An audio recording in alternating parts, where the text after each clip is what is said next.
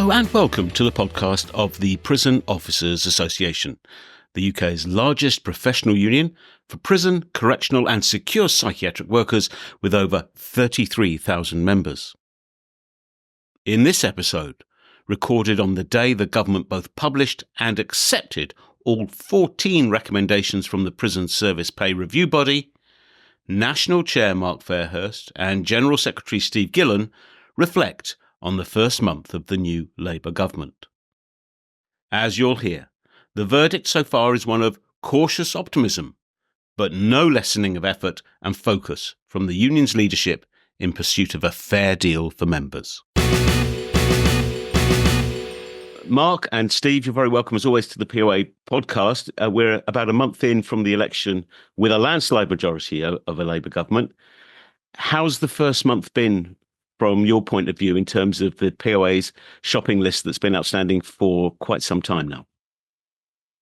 Well, the first thing I'd say is I've got renewed hope that this government will do a lot better than the last government, because let's be honest, you probably couldn't get worse than the last government. But having said that, having had our first meeting with the new Secretary of State for Justice, Shabana Mahmood, and the new Prisons Minister, the now Lord Timpson, OBE, I share the same frustrations that I've always had on previous meetings with previous Secretaries of State and previous Prisons Minister, and that is everything's all nice and polite and friendly, and they take on board everything we say, but they don't make any commitments, which you get because they've only been in power for a couple of weeks. But I'm absolutely fed up to the back teeth sitting in a room with these people and getting nothing back from them. So they know what our demands are, because we met with Shabana before she was Secretary of State, when she was the Shadow Justice Minister. And she knows what our demands are. And our demands, we're not asking a great deal. Everybody, every single politician I meet agrees that we can't work to the age of 68 and they need to lower our retirement age. Yeah, I know that's going to cost money. Yeah, I know the stumbling block is the Treasury. But the funny thing is, well, it's not funny actually. The thing is, if there's a war breaks out tomorrow and we bond together with our allies and start bombing people thousands of miles away, this government will find money for those bombs. So why can't they find the money for my members who are expected to work to the ripe old age of 68 in the most hostile and violent workplace of anywhere in the world? So that really does frustrate me. It needs to be sorted, and it needs to be sorted rapidly. We're waiting for a decision on Parver in the YCS estate. I wrote 2 letters to Alex Chalk, the previous Justice Secretary, saying there will be a tragedy and a headline if they don't give our members on the front line protections they need. That needs to be sorted. And then I guess something that's not going to cost this government a penny, free of charge, restore our trade union rights. Not going to cost them a single thing. So I will get on with this government. I will try my best with them. I have got renewed hope, and I am confident we'll get something. But as I say, those frustrations are still there, and I won't hold back in criticising this government if they don't look after our members. I'll tell you that now. And of course, despite the change of government, the most pressing problems are still there. New stats on assaults on staff for the first quarter of this year show nearly 27 assaults per day on staff, kind of 2.5 assaults a day, if you can have half an assault that are serious on staff. Prisons are just about to be full to bursting point again. Steve, you must share Mark's frustration, tempered with perhaps a little bit of optimism that a new broom might sweep cleaner than the old one. Yeah, of course. I share Mark's frustration because we're not affiliated to any party. And I've always said that you can't be politically neutral. So we've got to place our trust in politicians at some stage to articulate our arguments. And we have got that shopping list of pension age, trade union rights, proper disputes procedures, health and safety legislation, overcrowding, pay, different things. So we'll hold their feet to the fire. You know, it doesn't matter to me, even though I'm a Labour Party member, it doesn't matter to me who's in government. They're still accountable. And we will fight tooth and nail, even with this Labour government. There'll be no favours from us to them. what we will do is articulate the argument like we've always done and hope for decent outcomes. The first meeting that we had, I've seen it all before. Quite frankly, I've lost count of the secretaries of state that we've met over the years, and it doesn't matter what political party they are, they listen to you intently, but then they don't do much about the issues that we're actually raising. And they do that because we haven't got the right to strike. They know that they can sit, listen, say the right things to us, but knowing deep down we haven't got the right to say, well, if you're not dealing with that issue, we're now going to ballot our members for industrial action, or up to including strike action. 30 years on since this vindictive, pernicious piece of legislation came in. But we still punch above our weight in the political arena with governments because they know that prisons are in crisis.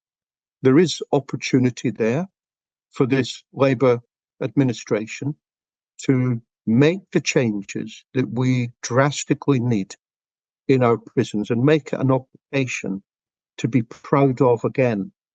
Because at the moment, those shameful statistics, and really have got to do something about it before there is a death of one of our members. And we'd be on the media for all the wrong reasons, when really there are remedies to it. And myself and Mark have continually given them the remedies to safety in the workplace.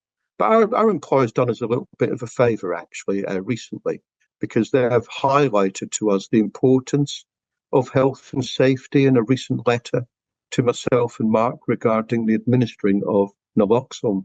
And we'll be reminding them that it's not just naloxone where we've got an obligation under the Health and Safety at Work Act, but we're pleased that they've highlighted that for us. And I'm sure we can use that to our advantage when they want to ignore health and safety legislation when it suits them. And we'll make sure that we hold their feet to the fire as well. At the moment, we've got a pretty decent relationship with the directors of the prison service. But that doesn't mean to ever say that we're in bed with them, because we're not. We will challenge them at every opportunity to make sure that our members are safe at work and are paid decently, have a decent pension age. And those campaigns will go on just like the campaign 30 years later for the right to strike. We will never give up. Simple as that. And of course, the government has an early opportunity to start remedying some of those deficiencies, as they've promised an employment bill within 100 days of taking office. They've got about 70 of those 100 days left. And it would be very straightforward to restore the right to strike and have collective bargaining, wouldn't it? They would. They've done it in Scotland, haven't they? Look what's happened there. I can't see prison officers walking out every month there because they've got the right to strike. So why not here? And of course, we can't talk about the right to strike or the withdrawal of the right to strike without then moving quickly onto the Prison Service Pay Review Body, which was offered initially as a compensatory mechanism, given that the POA status was undermined 30 years ago in the eyes of the law in terms of freedom to take strike action and bargain collectively. Now, the union's been critical of the Prison Service Pay Review Body process, partly because the report's not been published, and then when the report is published, having no confidence that government will accept the recommendations. I understand there've been some developments on that. There is, and it's due to be announced that we're getting a pay rise which amounts to 5% across the board. There was 14 recommendations, and the Labour government have accepted all 14 recommendations, which is a positive. We're pleased about that. But when you talk about the pay review body being a compensatory measure, it's nothing of the sort to this union, because it's only a compensatory measure if, one, we agree with it, and two, we can challenge it if we don't agree with what they've recommended. So we don't agree with it. We want collective bargaining rights over pay. We want our right to strike back. And we can't challenge their recommendations if we disagree with it. Plus, the government, any government in power, doesn't have to agree with all those recommendations and can cherry pick which ones they like and cast away which ones they don't. So how's that a compensatory measure? We don't even have a legally binding disputes resolution procedure in place, yet we haven't got the right to strike. So these are all things we need to discuss with this new government. But I am pleased that We've got an above inflation pay rise, above inflation as it stands today. But, you know, we are still, if you are a closed grade and you're an experienced member of staff, you're still, even with this pay rise, 37% behind the rate of inflation since 2010. And if you joined on F&S after 2012, you're still 12% below the rate of inflation. So there's still a lot of making up to do. And we'll be pressing that home during our future submissions. I think the restoration of pay is vitally important because since 2012, as Mark has just identified, pay for prison officers has been eroded over the years, the same as most public sector workers, quite frankly. So I'm pleased that this is a start, that the pay review body recognised our evidence in many of the 14 recommendations that they've come out with. So we're pleased at that, but it doesn't deal with any part of the restorative pay, because whilst inflation is low at the moment, this pay rise is late as it is. So going back in April, and there's still a cost of living issue, there's still a cost of living crisis. Just because inflation is lower doesn't mean that prices are falling, it just means they're increasing at a slower rate. So the reality is our members are still in the midst of that cost of living crisis because their pay is fallen so far behind in the last 14 years. And we need to do something about that. So when we do meet with the pay review body next time, it won't come as any surprise to them where we're articulating that particular argument. And we expect them to deal with that restorative part of pay. But yes, it's a start. It's a start that actually the government are implementing it in full. I'm pleased that they are, but the reality is, of course, there'll be people out there, I've already read the headlines this morning, saying, why do public sector workers deserve a pay rise when they get cushy jobs? I can't think of any cushy job that a prison officer or operational support grade has when they're getting their heads kicked in at work and dealing with all sorts of stats, such as we've just seen suicide rates, self-harm, all the things that prison officers and related grades face. So I'm glad that they are getting a reasonable pay rise, but will I be entirely satisfied with that? Of course not. We now move on and we want to deal with the restorative part of the pay that they've lost over those years. So if we were to sum up the first month of the new Labour government from a POA perspective, it would be a welcome change from the old lot, but still lots more to do. I'm cautiously positive. We're obviously optimistic, but the proof will be in the pudding, won't it? They need to deliver. They've got a whopping majority. There's no reason why they can't deliver on the New Deal in its entirety. And that includes getting rid of the anti-trade union legislation. And you can't get a worse, more pernicious piece of legislation than Section 127 of the Criminal Justice Public Order Act. And we look forward to those discussions because our application for the European Court of Human Rights has been accepted on that basis, that we haven't got adequate compensatory mechanisms for not having the right to strike. So government are on notice now that they've got to enter into discussions, because that's what the European Court of Human Rights say. They've got till November to try and strike what is deemed to be a friendly agreement with us. We will be wanting urgent meetings with them so that no time is lost in those negotiations.